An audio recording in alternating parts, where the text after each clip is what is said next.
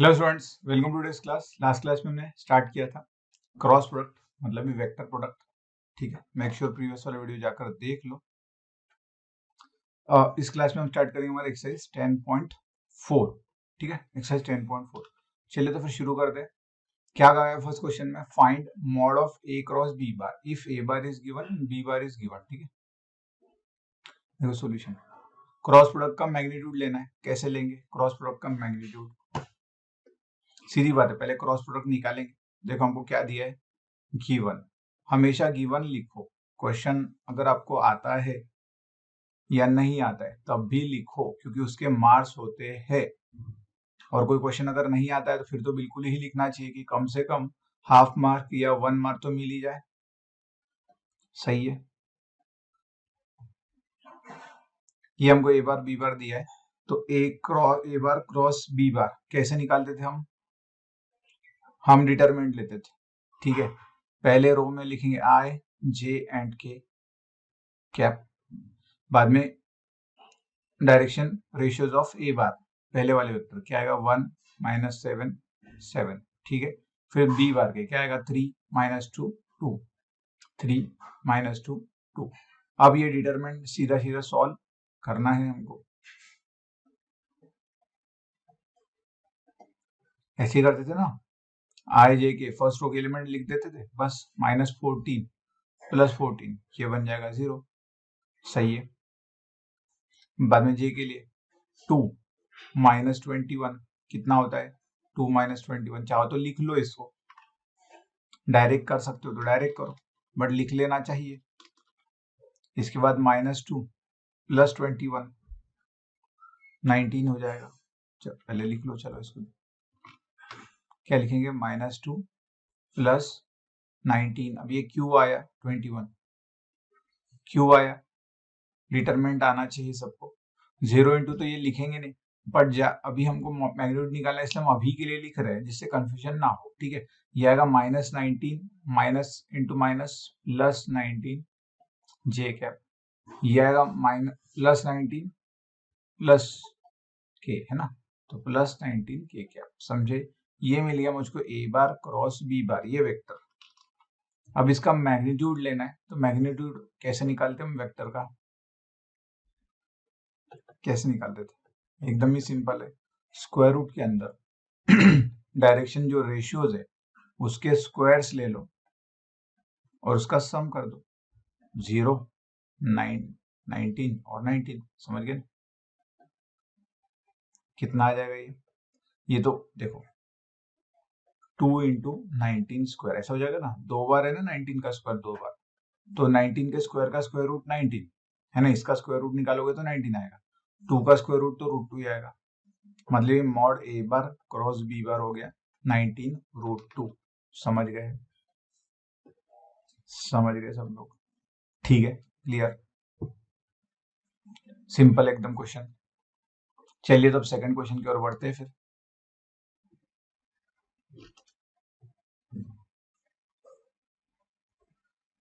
चलिए second question में क्या पूछा गया आपको? Find a unit vector perpendicular to each of the vector A bar plus B bar and A bar minus B bar where A bar and B bar is given. देखो एकदम simple है, कैसे निकालोगे? चाहो तो पहले स्क्रीन पॉज करो, solve करके देखो। हमको बोला है find a unit vector perpendicular to each of the vector, मतलब ये एक vector A bar plus B bar, ये एक वेक्टर बनने वाला है। सीधी बात है, एडिशन ऑफ वेक्टर हमको क्या देता है? वेक्टर ही देता है। सब्ट्रैक्शन ऑफ वेक्टर वेक्टर ही देता है। ये जो दो वेक्टर्स बनेंगे, चाहो तो आप इसको नाम भी दे सकते हो।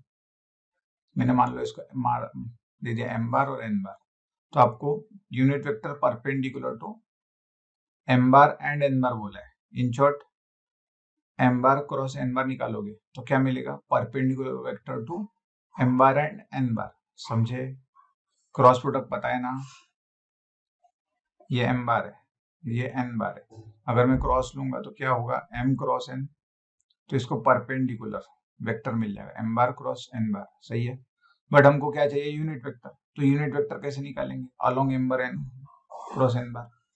कैसे निकालेंगे? इस वेक्टर को इसी के मैग्नीट्यूड से डिवाइड कर देंगे, हाँ कि ना?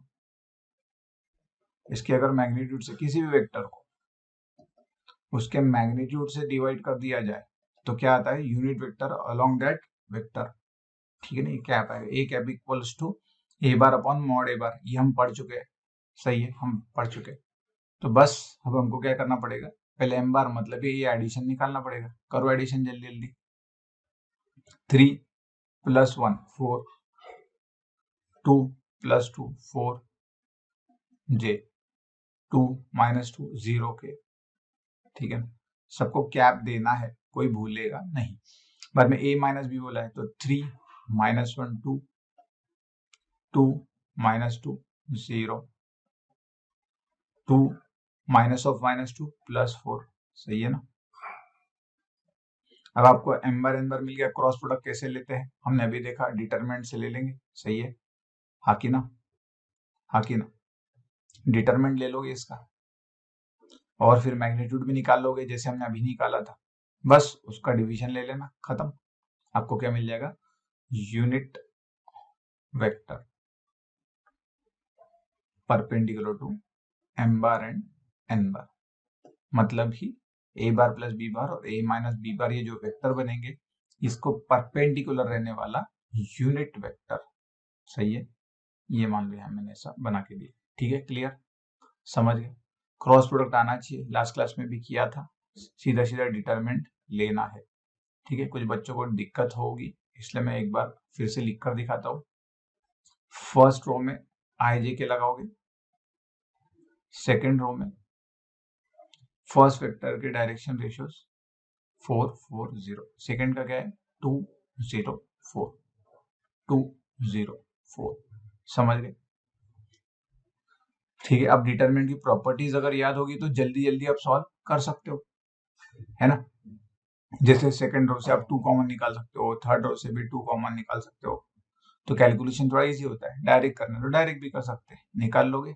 ठीक है, जैसे हमने अभी फर्स्ट क्वेश्चन में सॉल्व किया था। So it will be homework for you. सिर्फ समझाया मैंने, आपका समझना, निकालना क्या है, निकालना क्या है। ठीक है, चलिए थर्ड क्वेश्चन की ओर बढ़ते हैं फिर। Third question, if a unit vector a bar makes an angle π/3 with I cap, π/4 with j cap and an acute angle theta with k cap, then find theta and hence the components of a bar। ठीक है, a बार के components निकालना। Components पता है आपको क्या होते हैं, scalar component, vector component, previous exercise में हमने सॉल्व किया था। ठीक है, ये कंपोनेंट्स हम बाद में डिस्कस करते हैं, पहले निकालते। If a unit vector A bar makes an angle, देखो ये यूनिट वेक्टर, ठीक है, ये याद रखना है, ये यूनिट वेक्टर है।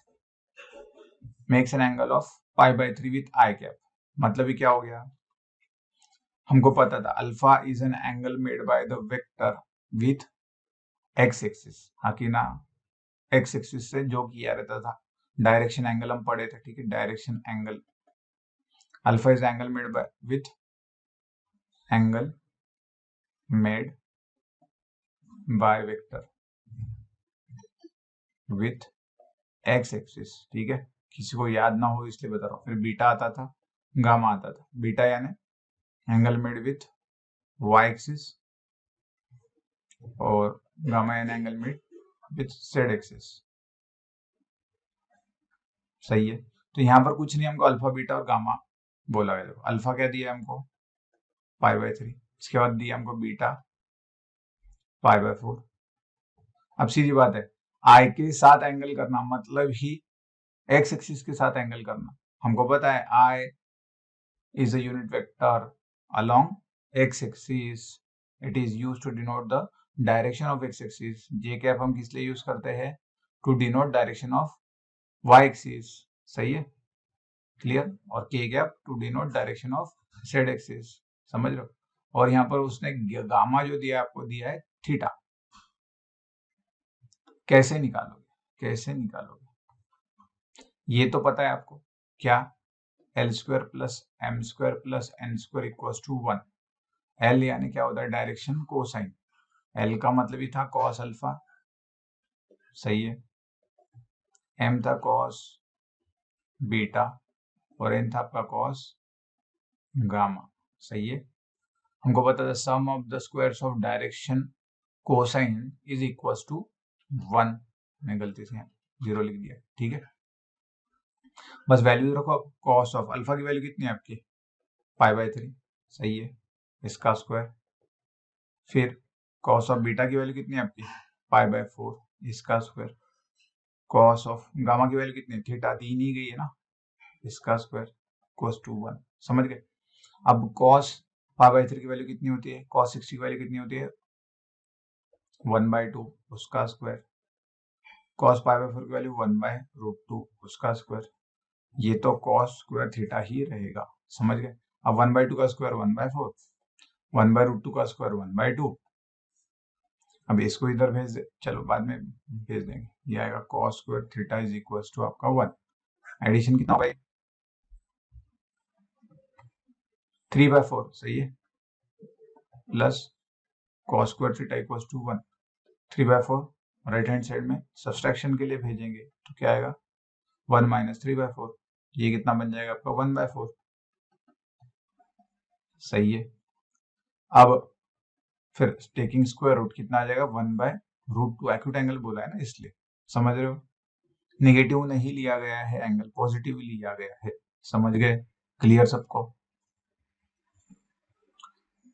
सही है, सही है। अब सीधी बात है, आपको अगर नहीं समझ में आया होगा तो थीटा प्लस माइनस 1/√2 आएगा, ठीक है। तो थीटा क्या हो सकता है, थीटा क्या हो सकता है, cos inverse of plus minus 1/√2। अगर प्लस 1/√2 पकड़ो तो थीटा अलग आएगा, माइनस 1/√2 पकड़ो तो अलग आएगा। कैसे आएगा, इनवर्स ट्रिग्नोमेट्री में पढ़ चुके हैं हम। अगर पॉजिटिव 1/√2 पकड़ो तो फर्स्ट क्वाड्रेंट लेना पड़ेगा, क्योंकि cos फर्स्ट क्वाड्रेंट में पॉजिटिव होता है, सेकंड में निगेटिव होता है, और प्रिंसिपल ब्रांच cos इनवर्स की क्या है, 0 से पाई है प्रिंसिपल ब्रांच। तो हमको चाहिए एक्यूट एंगल, क्यों, क्योंकि अगर सेकंड क्वाड्रेंट में लिया तो ऑब्टूस एंगल हो जाएगा, सही है।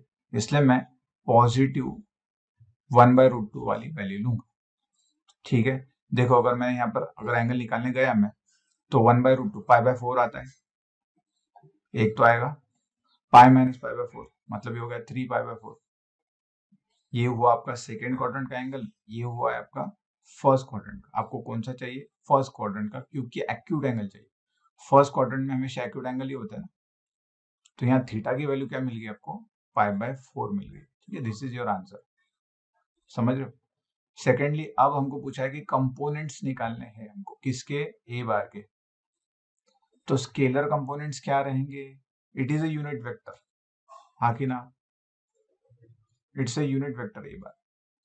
तो cos alpha I cap, cos beta J cap, and cos gamma K cap. आप इसको ऐसे लिख सकते हो, हमको पता है यूनिट वेक्टर, आप डायरेक्शन एंग जो कोसाइंस है उसके साथ आई जे के लगाकर लिखते हो, और कोई वेक्टर है उसके लिए आपको डायरेक्शन रेशियोज चाहिए होते हैं, ठीक है ना, डायरेक्शन रेशियोज,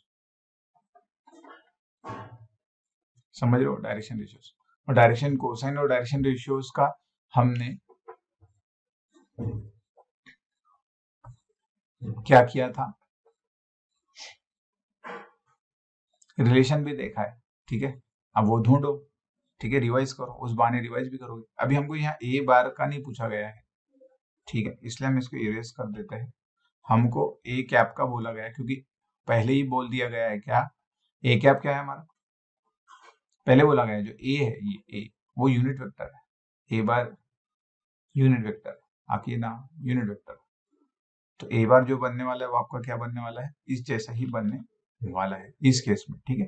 तो अब हमको सब वैल्यूज तो पता है, cos अल्फा की वैल्यू कितनी है, cos 60 दिया है ना यहाँ पे, पहले निकाले आप, 1/2 1/√2 लगाना है, ठीक है ना, 1/2 आई 1/√2 जे, और गामा आपने मतलब थीटा आपने π/4 निकाला तो ये भी 1/√2 ही आएगा, ठीक है। ये मिल गया आपको क्या, आपका वेक्टर ए बार। अब इसके कंपोनेंट्स निकालने के लिए कहा गया है, तो स्केलर कंपोनेंट्स क्या बोला था हमने, स्केलर कंपोनेंट्स, स्केलर कंपोनेंट्स मतलब ये जो है हमारे डायरेक्शन रेशियोज, इसको उठा लेते हैं, और वेक्टर कंपोनेंट्स ये क्या होते हैं, सिर्फ इसके साथ आई जे के लगता है बस, और क्या लगता है, ये एक बना, ये √2 था तो इसके साथ जे कैप जो उसका पार्ट है, मतलब आपको ये प्लस माइनस प्लस हटाकर कॉमन देना है, इन शॉर्ट ऐसा समझो, सही है, क्लियर है, ये बन गया आपके कंपोनेंट्स, ठीक है, इस वेक्टर के scalar component and vector component, ठीक है, या एंड लिख सकते हो, एंड, समझ गए, this is your answer, second part इसका, सही है, ये हुआ था फर्स्ट पार्ट जिसमें आपको एंगल फाइंड आउट करने के लिए कहा गया था, सिंपल है, सिंपल है। चलिए नेक्स्ट क्वेश्चन की ओर बढ़ते हैं।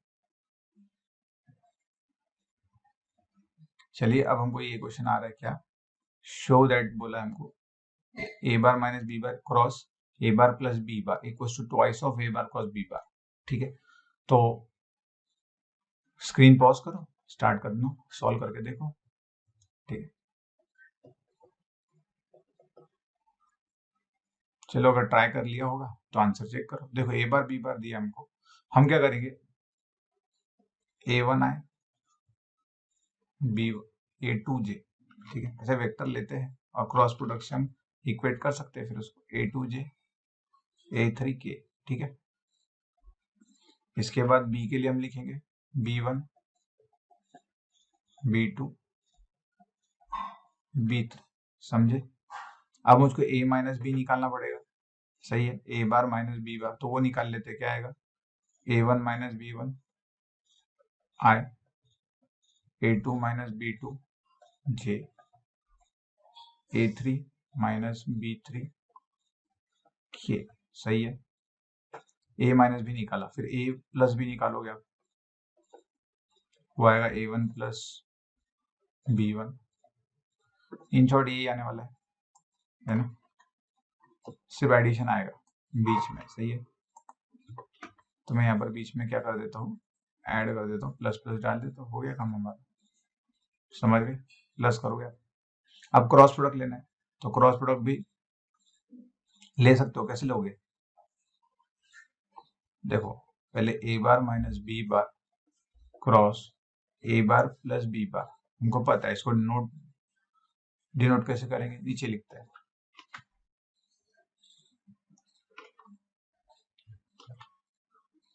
पहले आई लिखोगे, फिर जे लिखोगे और फिर के लिखोगे, सही है, फिर ए माइनस बी पहला वेक्टर तो ए माइनस बी के अब डायरेक्शन रेशियोज लोगे, A1 B1 minus B1 A2 minus B2 A3 minus B3 ये लगाओगे, A1 minus B1 A2 minus B2 A3 minus B3, और फिर बाद में सेकंड वेक्टर के जो कि प्लस है A1 plus B1 A2 plus B2 A3 plus B3, अब इसको सॉल्व करना पड़ेगा आपको, तो करो सॉल्व, ठीक है, और बाद में ये ट्वाइस ऑफ आ जाएगा आपका, क्या आएगा, twice of A cross B bar, तो चलो मतलब इन शॉर्ट आप इसको एक्सपांड करो, सिंपल सिंपली,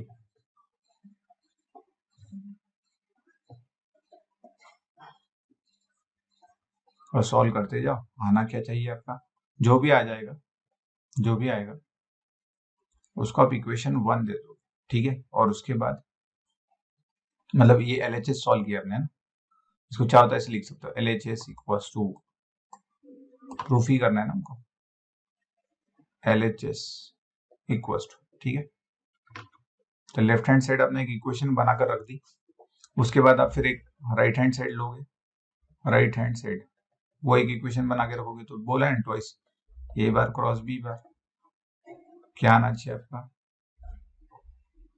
आई जे के A1 A2 A3 B1 B2 B3, तो ये तो जल्दी से सॉल्व हो जाएगा, सही है, ब्रैकेट में रखते हैं, क्या आएगा A2 माइनस B3, प्रोडक्ट लेंगे और ऑर्डर में रखेंगे, ठीक है, क्या आएगा A2 B3 minus A3 B2, सही है, पहला वाला, इसके साथ आपका आई लग जाएगा प्लस, अब देखो मैंने प्लस लगाया है इसलिए हमको सिर्फ ऑर्डर चेंज करना पड़ेगा, समझ गए, ऑर्डर चेंज करना पड़ेगा, क्या करते थे A1 B3 A1 B3 minus A3 B1 करते थे, तो मैंने ऑर्डर कर दिया, ठीक है ना, चेंज कर दिया, जे कैप हो गया। के के लिए A1 B2 minus A2 B1 in short ये आना चाहिए आपका टॉप, आप 2 कॉमन निकालोगे ऐसा कुछ आना चाहिए। इसको आपने क्या कर दिया, इक्वेशन 2 बना दिया, ठीक है। RHS फ्रॉम इक्वेशन 1 एंड 2 आपको LHS फ्रॉम इक्वेशन 1 एंड 2 आपको क्या शो करना है, LHS इक्वल्स टू RHS, और फिर लिख दोगे therefore A minus B cross A plus B will be equals to twice of A bar cross B bar, ठीक है। याद रहेगा, याद रहेगा, ठीक है। ये प्रॉपर्टी याद भी रखना है, यहाँ A² माइनस B² नहीं बना है, जब क्रॉस प्रोडक्ट लेते हो तो डॉट प्रोडक्ट में बनता है A² माइनस B², है ना। देखो समझने के लिए यहाँ ब्लू में लिखा हूँ, यहाँ तो वैसे तो खत्म हो गया हमारा, हेंस प्रूव लिख दोगे ना आप, हेंस प्रूव वैसे तो खत्म हो गया, बट अभी समझने के लिए बता रहा हूँ। A bar minus B bar cross की जगह डॉट अगर होगा A बार प्लस B बार, तो हम डायरेक्टली लिख सकते हैं मॉड A² मॉड B², है ना, समझ रहे हो।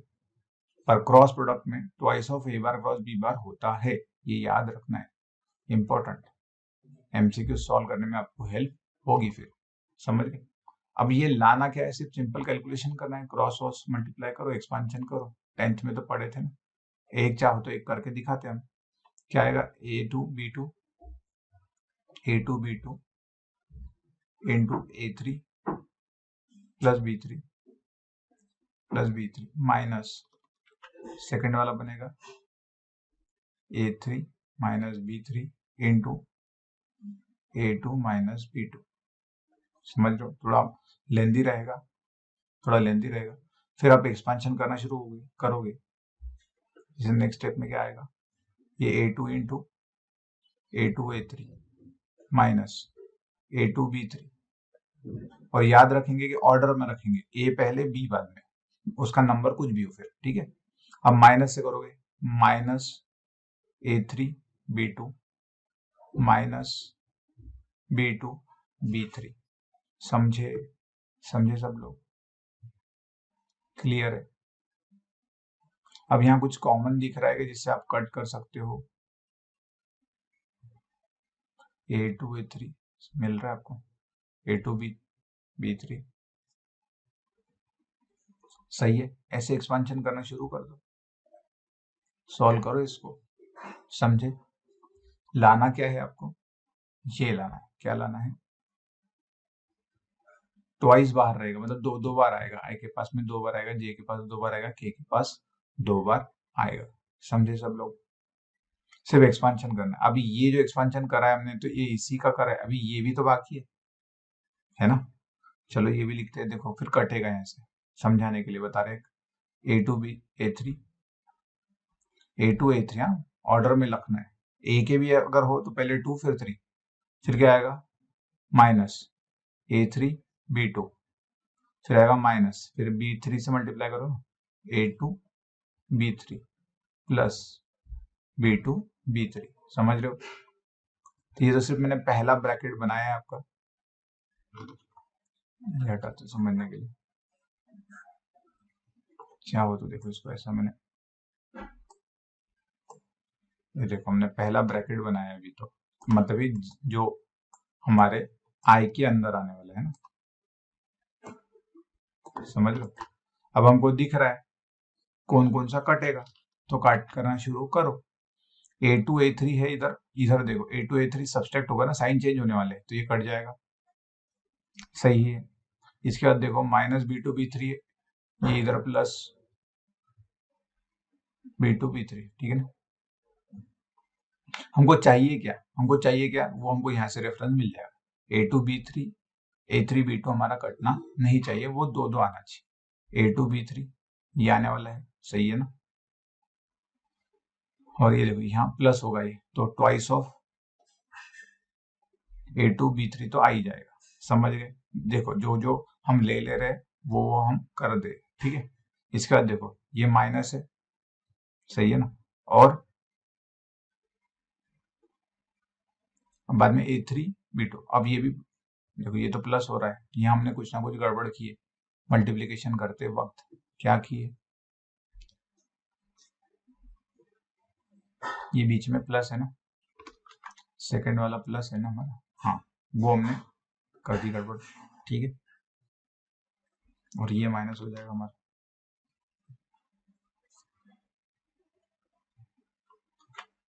ये माइनस, ठीक है। अब हो गया क्लियर सबको। अब ये माइनस, ये एक माइनस रहेगा और ये एक माइनस है हमारा, है ना, तो ये ट्वाइस ऑफ क्या आएगा A3 B2, सही है। बाकी का तो कट हो चुका है हमारा सब। ये क्या था हमारा B2 B3, ये कट जाएगा ना, माइनस माइनस प्लस होगा, इधर माइनस है कट जाएगा, समझ गए, बन गया ट्वाइस। 2 इधर से कॉमन निकालोगे तो ये 2 इन ब्रैकेट ये आ जाएगा A2 B3 minus A3 B2 I, plus इसी तरीके से J निकालोगे, प्लस इसी तरीके से K निकालोगे, सब में से 2 कॉमन निकाल दिया, इसको इक्वेशन 1 बोल दोगे। बाकी को तो आपको क्लियर है। अब आप बोलोगे कि हमने पहले वो क्यों सॉल्व किया था, तो रेफरेंस मिल जाएगा ना आपको, तो जो छोटा है वो सॉल्व कर लो, चाहो तो पहले आप RHS सॉल्व करो, जिससे आपको रेफरेंस मिल जाएगा कि लाना क्या है ना। जैसे अब यहाँ पर हमने एक प्लस का माइनस कर दिया था, तो समझ में आ गया ना हमको, फिर कहीं ना कहीं कुछ गड़बड़ हो रही है, हमको लाना वो था, तो उस तरीके से ला लोगे, simple. From equation 1 and 2 proof हो जाएगा, सिंपल है, वेरी सिंपल। चलिए नेक्स्ट क्वेश्चन की ओर बढ़ते हैं फिर। चलिए फिफ्थ क्वेश्चन, पॉज करो वीडियो और सॉल्व करके देखो और आंसर चेक करो, ठीक है, ठीक है चलो।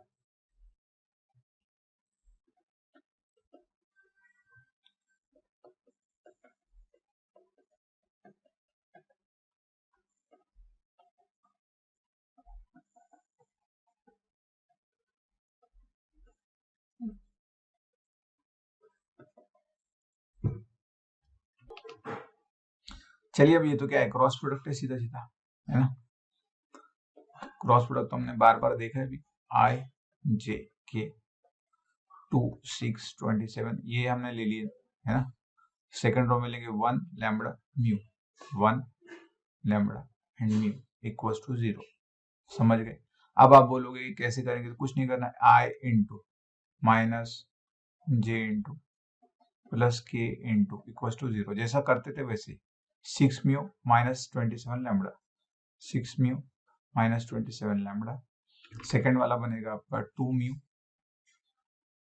Minus 27, clear. थर्ड वाला बनेगा 2 mu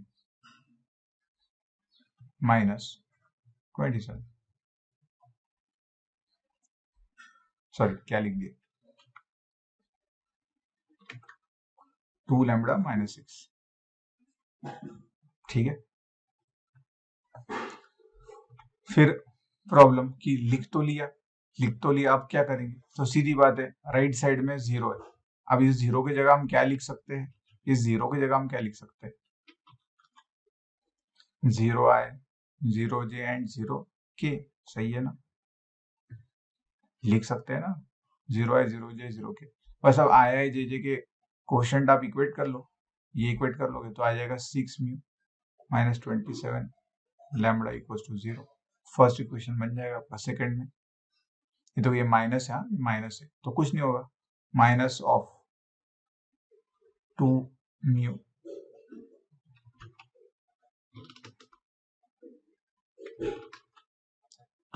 minus 27 will be equal to 0, ये सेकंड इक्वेशन बन जाएगा। चाहो तो ये माइनस इधर कर देंगे 0 को, तो ये तो माइनस रहेगा ही नहीं, नहीं भी लिखो तो चलेगा। और थर्ड के वाले को इक्वेट करोगे तो क्या आएगा, 2 लैम्बडा माइनस 6 इक्वल टू 0, इससे म्यू मिलेगा सेकंड से और थर्ड से लैम्बडा मिलेगा। अब ये दो जो मिलेंगे म्यू और